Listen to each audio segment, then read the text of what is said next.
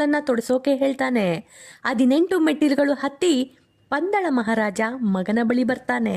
ತಂದೆಯಾದಂತಹ ಪಂದಳ ರಾಜನ ಬರುವಿಕೆಯನ್ನ ಗುರುತಿಸಿದಂತಹ ಸ್ವಾಮಿ ಯೋಗಾಸನದಿಂದ ಎದ್ದು ನಿಲ್ಲಲು ಪ್ರಯತ್ನ ಮಾಡ್ತಾನೆ.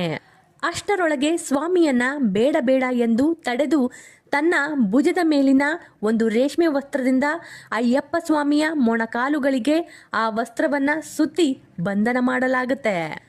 ತಾನು ಇಲ್ಲಿ ಅಯ್ಯಪ್ಪ ಸ್ವಾಮಿಯನ್ನ ಯಾವ ರೂಪದಲ್ಲಿ ನೋಡಿ ಪರವಶನಾದ್ನೋ ಅದೇ ರೀತಿ ಉಳಿದ ಭಕ್ತರು ಇದೇ ರೂಪದಲ್ಲಿ ಸ್ವಾಮಿಯನ್ನ ನೋಡಿ ಆನಂದ ಪಡ್ಲಿ ಎಂದು ಕೋರಿಕೊಳ್ತಾನೆ.